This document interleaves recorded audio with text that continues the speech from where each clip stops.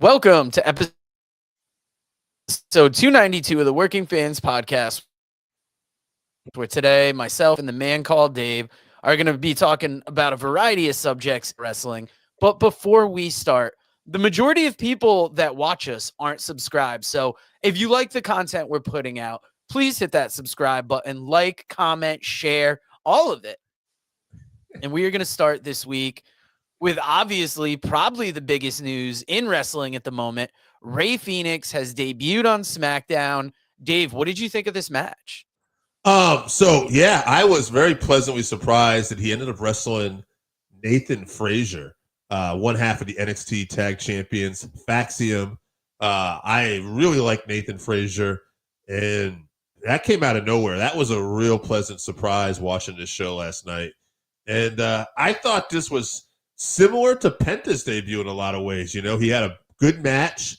He looked great. The crowd reacted to him, and he got some speaking time afterwards. I don't think I would put it as good as Penta because I think Penta, was kind of the first, and so that was really great. But it's right up there, and it's a great introduction to the WWE for Rey Fenix. Yeah, I was thinking the same thing. It felt similar with the good match, giving him the speaking time afterwards. I knew this was going to be a great match when you saw before the commercial break, they said Rey Fenix was going to debut next. They come back from commercial break and you see Nathan Frazier in the ring. And I'm like, oh, these guys are going to tear it up. And they did not let down. It was worth tuning into SmackDown for. And I did not watch till the end, but other notable news, CM Punk, Paul Heyman, the favor was revealed. What did you think of this? I found out about it on a recap show, and I was like, very interesting. What did you think of the segment? I thought the segment was good overall. I like the fact that Punk, Heyman, they're money together, and one of the things that Punk talked about here was he talked about their past, and he talked about how, Paul was always there for him even when nobody wasn't. And, this is going back to the developmental days and the ECW brand days. And that, when people said, fire that guy, Paul said, nope, that guy's going to be a WrestleMania main event someday. And I love Roman here with the arrogance of Roman, where Roman is just like, you know what? He's like, Paul loves me. He's my wise man. I made him relevant. He said, so Paul, tell this guy no and let him down gently. And of course, Paul does it, and Paul's teary-eyed because Heyman is just $1 million with this, And these speaking segments last week and this past week, between Punk, Rollins, Heyman, and Roman have really made this match feel extra special. So, I thought this was good, and I thought it was a great way to cap off SmackDown. SmackDown was a solid show overall last night. Yeah, this is huge. It makes WrestleMania feel that much bigger. We're just about 2 weeks away from it, and it's picking up steam. We're starting to get, more storyline to the matches. Also of note, I forgot to include the picture, but Kevin Owens out of WrestleMania with a neck injury. And that's kind of disappointing because that was really building up that Randy Orton match. Who do you think we'll see Randy Orton in the ring with at WrestleMania now? Does he even get a match? Okay, I'm going to give you two things here, because there's another thing I wanted to bring up from SmackDown last night while we're talking too. But let me answer that first. Yeah, I think much like former co-host with us, AJ Strangebrew, who said, I think Nick Aldis is going to end up coming out of retirement and wrestling Randy Orton, because that's the second time Orton RKO'd Aldis.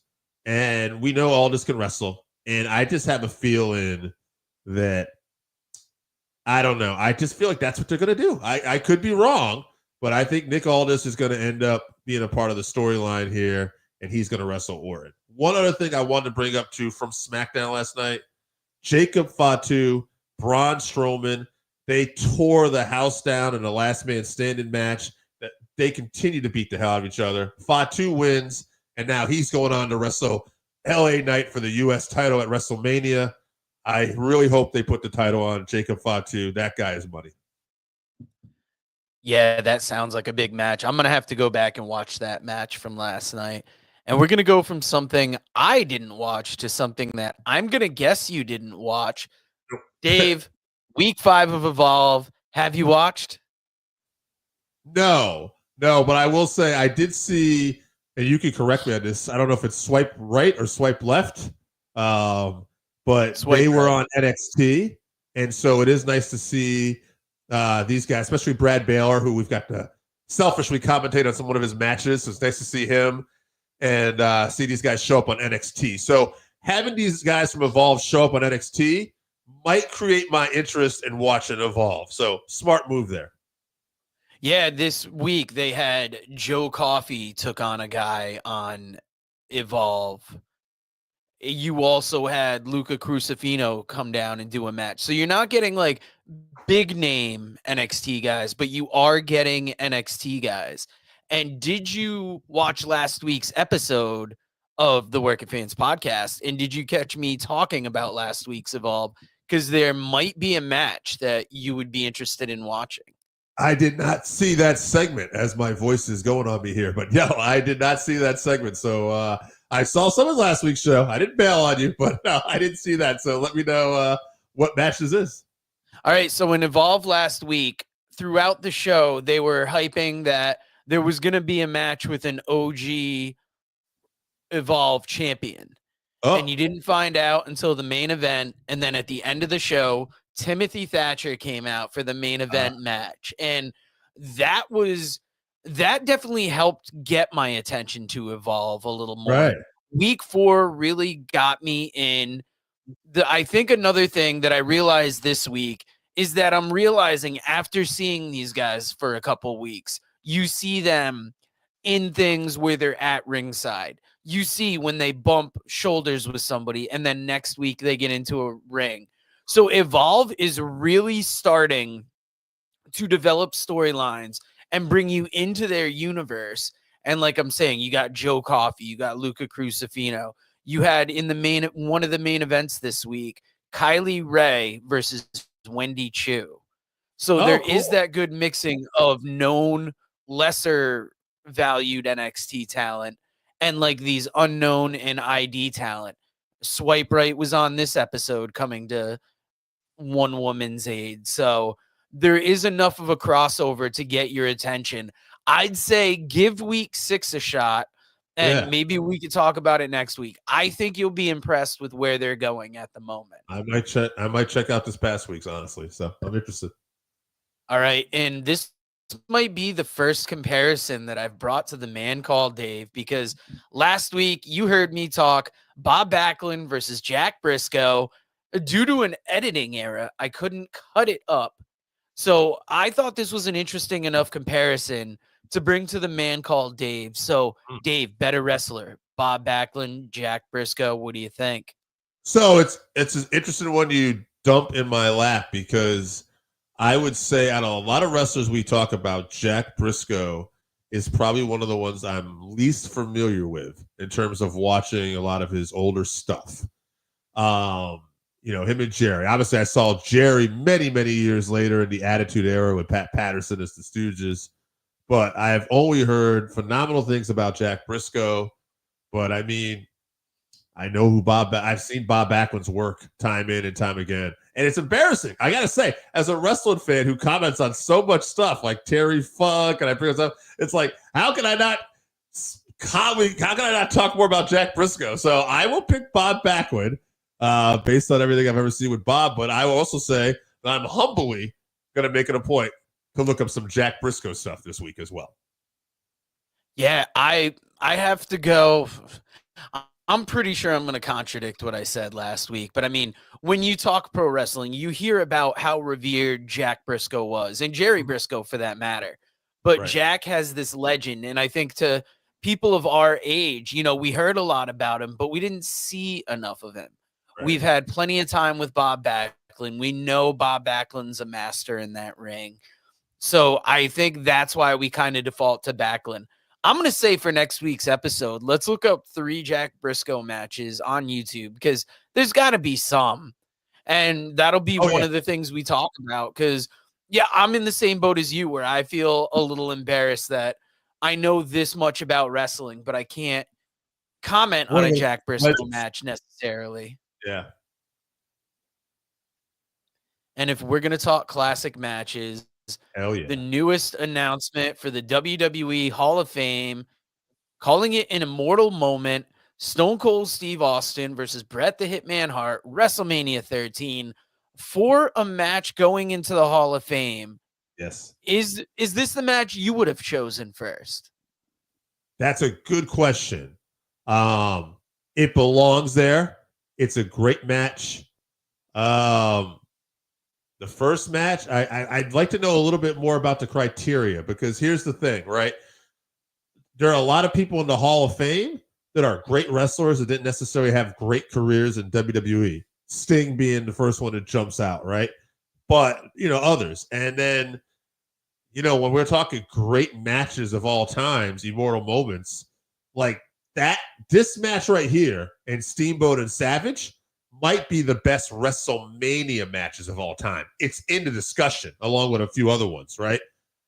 But there's a lot of great matches in this world, all right? I mean, Bret Hart and Mr. Perfect, Bret Hart and Bulldog, just to name some of Bret's other great matches, right? So, yeah, I don't know, but I'll say this. I'm not mad at it. Like, I am happy this match is being recognized. I am happy that Bret is now, what is he? He's like a 3-time Hall of Famer now for WWE, and I don't think that you could do, he deserves it. So, but yeah, this is a great match, and maybe we should watch this one at some point too and talk about it. Let's do it for next week. We got to fill some time. I like it as a match. Like, I'm trying to think. I don't know if there's a WrestleMania match I'd pick above it. Maybe an old Hogan match. You have to feel that there's some kind of, I'm sure politics plays a part in this a little bit. I would go to Hogan just because when I think classic WrestleMania, I think those early ones that just blew me away. This is great because you can have both men on stage talking about it. Right. I'm sure you could do like a feature where you have a special about this match and you interview both guys and you can do a big thing about it. So I'm not mad at it either. I think it's a good choice. And speaking of good choices or interesting choices, should I say, this was a comparison that I didn't necessarily see coming. Ole and Arn Anderson versus Demolition. And almost like anytime we do this, Dave, what was the thought process about putting one team up against another? I have done a lot of tag team comparisons recently, and I always look beforehand to see if I've done it before. And I was in a Demolition mode, and I was watching Demolition matches, and I was looking at Demolition, and I'm like, who haven't I compared him to? And I was trying to think of tough, rough housing teams, and I went back a little bit, and I thought, oh, Arn and Ole, the Minnesota Wrecking Crew. Obviously, there was Gene and Ole too, but much like we talked about earlier, I didn't watch a lot of Gene, like I didn't watch a lot of Jack Briscoe, but I know Ole and Double A. And I thought that would have been a fun matchup, and I know Darso and Double A were friends, but this is just a match I would have liked to see. And I just thought it'd be interesting to see the, some of the comments to see what people would say. I think Demolition is, a little more remembered these days in terms of tag teams than Ole and Double A. But I think, if you were talking about who's more remembered overall, it's Double A Arn Anderson over all these guys, right? But so Demolition for me, I thought was the overall better team when you look at the presentation and everything as well. But if you're just talking in-ring work, God, Ole and Double A, right? They're believable. 100%. You've got a great NWA team versus a great WWF team. Demolition hard hitting for the WWF at that time. Arn and Ole legendary in the business. I think just because I've seen a good deal more Demolition, I'd have to go with them. But it's really hard to pick against Arn Anderson, knowing how great he was in the ring and like who some of the people were that taught him about wrestling in the ring. And Dave, we are on week 2 of Dark Side of the Ring. And did you get to watch the Ludwig Borga episode? Yeah, what a nut job, huh? What a nut job. I had no idea how crazy Tony Holm truly was. I heard I knew about the SS tattoo, but I didn't realize that he was so vocal in those political beliefs after the fact. And, I had forgot that he had a fight in the UFC too. Like, what a strange career in life. It's fascinating because Jim Ross did not mix feelings in this episode. I thought he was pretty good. Basically he said he was a horrible person. It was a bad hire. We messed up. I'm glad I didn't hire him. I don't know. It's interesting because like it's such a negative story in a lot of ways because of all the horrible things he did. But it's also interesting because he was a moderately successful pro wrestler, although for just a limited time. He was an American gladiator. He was in commercials. He did a MMA fight in the UFC, and he was a politician. It's like you'd almost think this guy had a great life until you read all the other stuff that happened, and then it's like, man, I don't want anything to do with this guy. Yeah, it's kind of wild how the childhood trauma, like we might have talked about some things off mic, how some people respond to childhood trauma and it sets them off on like the wrong path in life. Yeah. And this guy, for all the success he had and for his goal to be somebody who's famous, to be that messed up because of it. And obviously a lot of the drugs, alcohol, and ego problems come from the wrestling business, come from MMA, the American Gladiators thing. So he took a beating, and, just how it played out for him was wild. Obviously, the crazy tattoos, we knew about one. Yeah. One was, would you say, a hilarious segment of the show? Like Jim Cornette knows how to paint a picture with words. Might have been one of the funniest things I've heard all week. Yeah, that was great. Also, I just want to say, I think we both called him American Gladiator. I think it was like the Finland's American Gladiators. I wasn't going to correct you on it. I figured let's let it go. But yeah, but that's all right. But it's it's a wild episode. I'm glad I watched it, but it does not make you. If you didn't like Tony Holm before, you probably really didn't like him after this.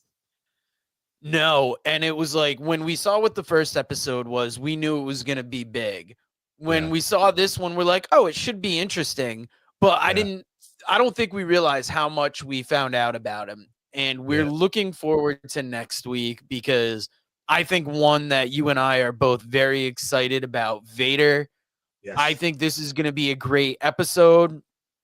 I don't know what we're going to hear new. I think it's going to be great to hear from his family, and maybe we'll get some insights to him. Very interesting that he grew up in Compton, California, same birthplace as, maybe not birthplace, but we heard about it from Snoop Dogg. We heard about it from Dr. Dre. America's favorite rapper, Kendrick Lamar, from Compton. So, Dave, what do you think about the Vader episode? What I'm interested in is that today I saw in the trailers they got a hold of Joe Thurman, the preliminary wrestler who Vader's basically ended his career. And Joe is talking in detail in the trailer about how he cussed out Vader afterwards and how emotional Vader was. And Vader's, I believe, widow is there talking about how he reacted. And I never knew a lot about Joe Thurman. I just knew it's a preliminary guy and that, Vader broke his back. So I'm interested to hear more about that and any other stories they may have. Always was a big fan of Vader, though, so we'll see. Hopefully he doesn't get the Tony Holm treatment and we find out all these other horrible things about him that's going to make me not like him. But as a wrestler in the ring, Vader was one of my favorites. Definitely. Now, Dave, if I'm not mistaken, have we heard your thoughts on episode 1 of Dark Side of the Ring? It's been a long couple weeks. I forgot. We have not. Cue that picture up, baby. I would say that that was surprisingly an emotional episode on some level. It wasn't like it really ripped my heart, but I was like, I really felt for Mick's wife when they went back and they looked at, the Hell in a Cell match and obviously all the other stuff that, Mick did in his career. But I mean, it was mostly about that Hell in a Cell match. But it was entertaining. But again, like I think you said before, Joe, it's a story that we've seen covered a lot. But a good episode, but it's not gonna be one of my all-time favorites. No, I liked, though, how it did give us a different angle to the story, and it wasn't like what we thought it would be, where we're not going to find out anything new. There were a couple little wrinkles, and it's great to hear the communication that, I think one of the big things about it is the communication he had with his wife, and then when things happened in the match that she was like, oh, wait, we didn't talk about this.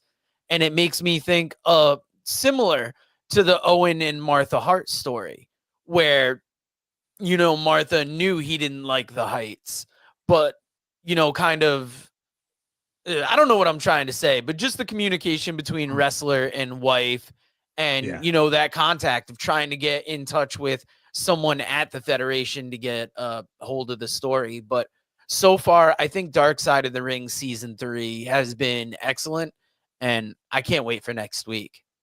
Oh, yeah. Let's talk about what snuck up on us, though. Yeah, we don't have to wait for next week because this shit is tomorrow night. AEW Dynasty. It's already purchased. I will be watching. I don't know about Dave. And I don't know if we have a ton of matches yet, but we're going to give you previews for the matches we know about. All right. Yeah, I'm looking at the card here. It's funny. I got 11 matches. And I don't have any 0-hour matches, or at least I don't know if there's 0-hour matches yet. So I will just read it as the card. One of the first matches, we're going to do a few Owen Hart tournament matches.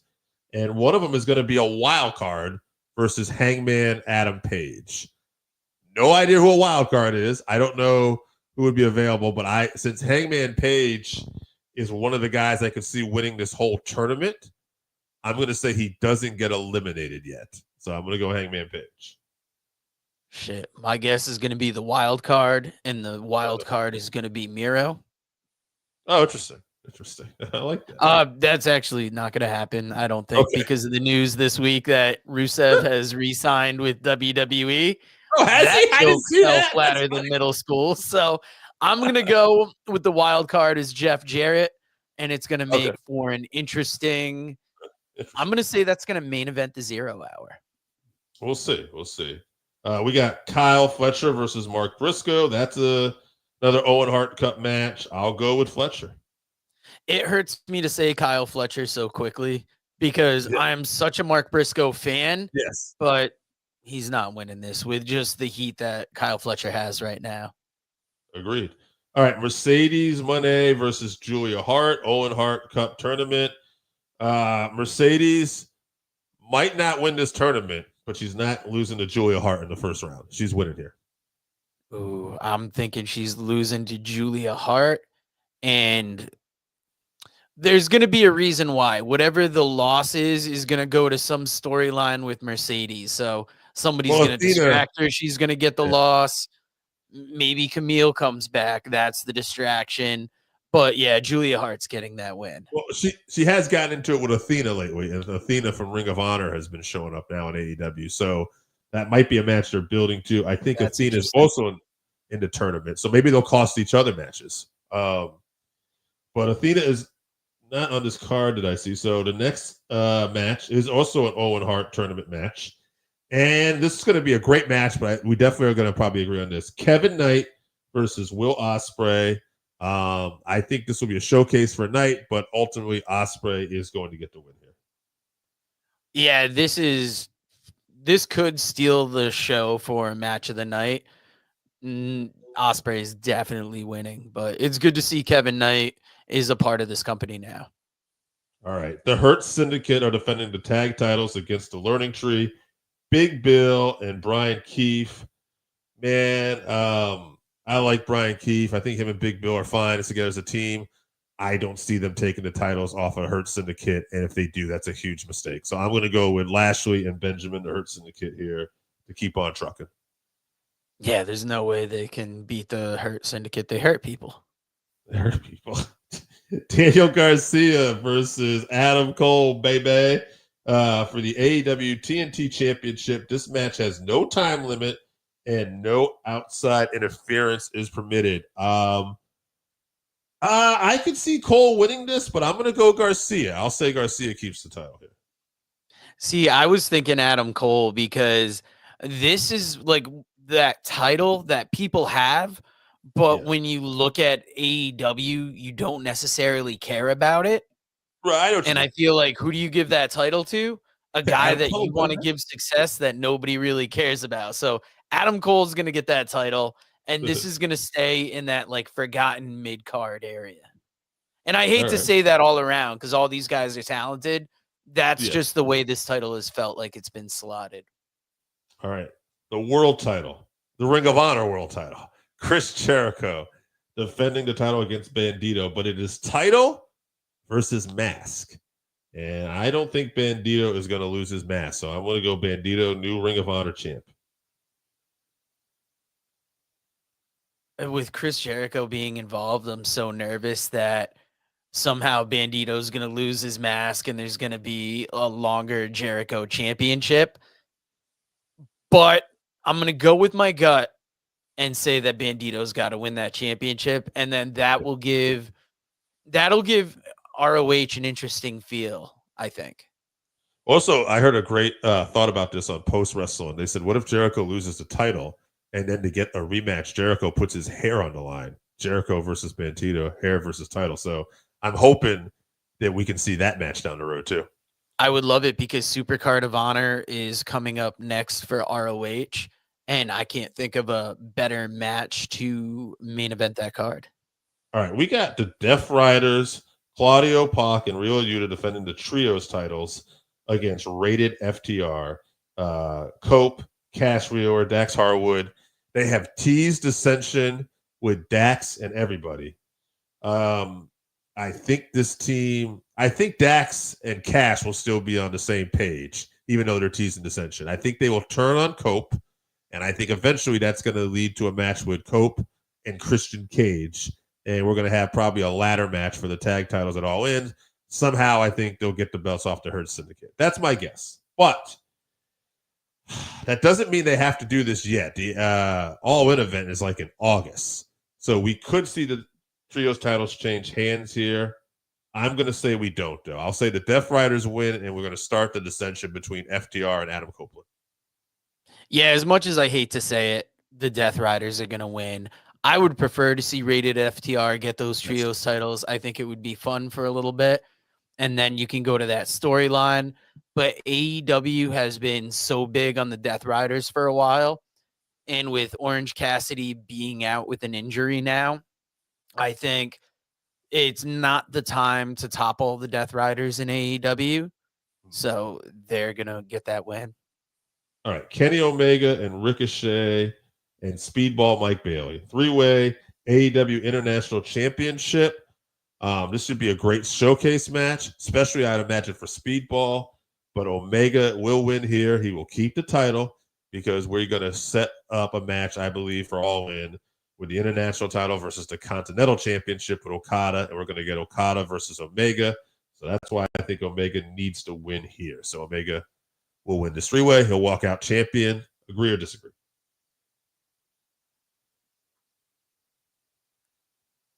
I have to agree. This is another match that could steal the show. I think all three great talents in the ring. but I don't see Omega losing that title right now. Maybe this pushes a story forward with Ricochet and Speedball. It's kind of interesting that it's a three-way match. But yeah, Omega's keeping that title. Timeless Tony Storm versus Megan Bayne, another lady we were happy to once commentate a match on. Yes, Megan Bayne's been booked very well since coming back. Megan Bayne has looked unstoppable. But because of that, I feel like this is the old, we're setting up an opponent for Hogan, right? Like the invincible heel. Timeless Tony Storm will find a way to win here, and we're going to keep that going until AEW All In at least. I would think that would be the smart thing. Yep. But Megan Bayne has been so strong, and there's not a ton of other titles I see changing hands, that I think this is going to be the start of Megan Bayne's championship reign. We shall see. And finally, Jon Moxley defends the AEW World Championship against Swerve Strickland. I like Swerve. I'm ready for Moxley's reign to end, but I don't think it ends here. I think it's going to have to end at AEW All In. And my prediction is that's going to be either Hangman Page or Will Ospreay. So Swerve Strickland, I'm sure he'll do fine, but I think Mox finds a way to win. That title's not leaving. Not yet. I think Moxley's going to win. I think we are going to continue the trend of these Moxley main event matches not quite being where we'd like them to be. Like, it's still going to be a good match, but it's not going to feel like the main event of the show. And, like you said, I don't think Moxley's losing that championship yet. It's not happening here. So he's going to keep that title. All right. And that's what we got for you this week. There was a lot to talk about, a lot to catch up on. Dave, are there any other random wrestling notes you have to bring up from the week? Not that I can think of, well, wait a minute. Hold the phone here, Joseph. Give me 1 second as I stall for Hold the time. phone. I think Dave's holding the phone. But hey, we got a comment. Great show, guys. Randy Osga. Thank you for tuning in, Randy. It's great to have both of us back here. Carrying a one-man show last week was challenging, but I think Dave has something for us. Yeah, TNA is getting rid of the Digital Media Championship, and there will be a TNA International title. And that is going to be crowned, I believe, at Sacrifice. There's going to be tournament three-way matches as a way of a tribute to one of the great three-way matches in TNA history at Sacrifice, Christopher Daniels, AJ Styles, and Samoa Joe. So they will have a bunch of three-way matches, and they're going to crown their first ever TNA International Champion. That very interesting. Great to hear TNA doing things. I was listening to posts this morning, and it sounds like matchups are starting to form for this year's Bloodsport, which once again going to be in that WrestleMania weekend time frame. So we are 2 weeks away from it. Very excited for WrestleMania, all the events around WrestleMania. Randy is right. There is an MLW, if I'm not mistaken, Battle Riot tonight. Those are always fun shows. We have AEW Collision tonight, which I think is going to give us possibly, and I'm not taking credit for this, I heard it this morning on Post Wrestling, but that's probably where some of our 0 hour matches will pop up, because a lot of the times you'll get a lot of the AEW card early, and then late in the game, you'll get a couple matches added to either fill out the card or to, add to that 0 hour. I was trying to see if I could find some of this Bloodsport card, but basically, too, I know one of the matches that got announced, which I liked, Royce Isaacs, who surprised me, and he beat Charlie Dempsey, and then he also beat another member of the No Quarter Catch crew, the guy that has trouble hearing. What's his name? I'm blanking out. Not Tavion. That's not Tavion. No, Tavion Heights is the other guy. So that's why I'm. No. I mean, he can't hear it. I can't see it. Sorry. So basically, after 2 successful wins against the No Quarter Crutch crew, accounted Dempsey, Tavian Heights, who has, I think, is the most credentialed amateur-wise, and was recently on a tour of All Japan a little while back. He is going to be taking on Royce Isaacs at this Bloodsport. So that's very interesting. I heard multiple matchups this morning, and obviously I can't remember. Either way, Bloodsport is once again shaping up to be a great card. And Miles Bourne, there you go. And guys, I hope you enjoyed today's episode. I hope you enjoy all our videos. We said it earlier, the majority of people that watch aren't subscribed. So please, if you enjoy what we do, hit that subscribe button. It doesn't cost you anything, but it means the world to us. And you can see when we go live next time in the future, we always try and bring the heat with wrestling. I'm trying to click on this comment here. Have you checked out Evolve? Oh, man. You're going to have to tune in the videos to see Randy, but spoiler alert, nope. But I will be. And hey, I love to end on a high note. So, if you didn't know, while we're not doing a podcast, we have a commentary gig. Hey fans, it's the man they call Dave with producer Joe, and you probably know us as the commentary team for New Heights Pro Wrestling, but when we're not doing that, we got a podcast. That is the Working Fans Podcast, where we talk pro wrestling, comedy, MMA, and so much more. And tell them about that signature segment. Oh, you talk about the 531? You know I am. That is a homegrown creation that has been our namesake. And if you want to know our namesake, we got Chevy, AJ Strange Brew, as well as the two of us. And why don't you go to our channel, like, subscribe, show us some love. Rate, review, all of it.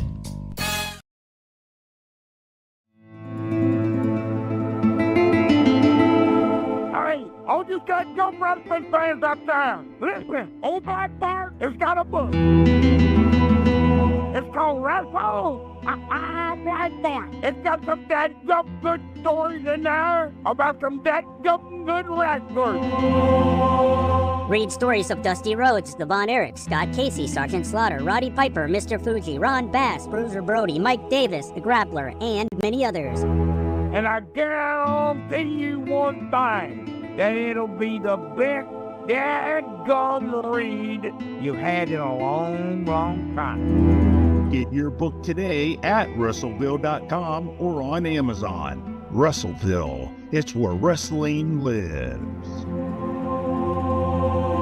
Author Ray Lopez presents Lockup, professional wrestling in our world. Lockup dives headfirst into the colorful world of professional wrestling. Explore the iconic characters, careers, matches, history, and families, and delve into the bizarre and fascinating entwining of professional wrestling and film, television, football, politics, gender, and race. Pre-orders are available now on Amazon.com or at MascotBooks.com. This is the perfect gift for the wrestling fan in your life. Pick up a copy today on Amazon.com or at MascotBooks.com. Read about the Northern Wrestling Federation in the book presented by Russellville.com, The Pro Wrestling Vault, Volume 2. Hear the story of Roger Ruffin, the man who trained Carl Anderson, the Monster Abyss, Jordan Clearwater, Chris Harris, and Jillian Hall. Plus 45 other short stories, including Jazz, Bobby Eaton, Kamala, Thunder Rosa, Mario Mancini, Scott Casey, PJ Black, Kerry Morton, Sal Renaro, Jeremiah Plunkett, Colby Carino, Bam Bam Malone, and many others. Get your book today at Russellville.com. Russellville, it's where wrestling lives.